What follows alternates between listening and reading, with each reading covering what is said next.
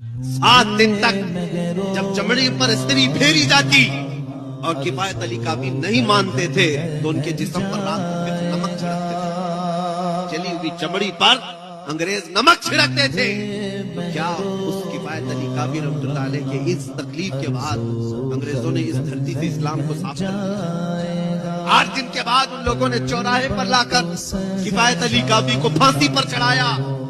और उस वक्त जब वो एक आलिम रब्बानी को फांसी पर चढ़ा रहे थे, पूछा गया तुम्हारी आखिरी कोई ख्वाहिश है?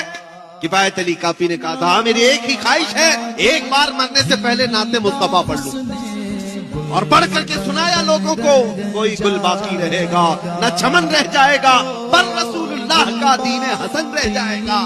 सब फना हो जाएंगे काफी वो, लेकिन हश्र तक नाम हजरत का जुबानों पर चलन रह जाएगा।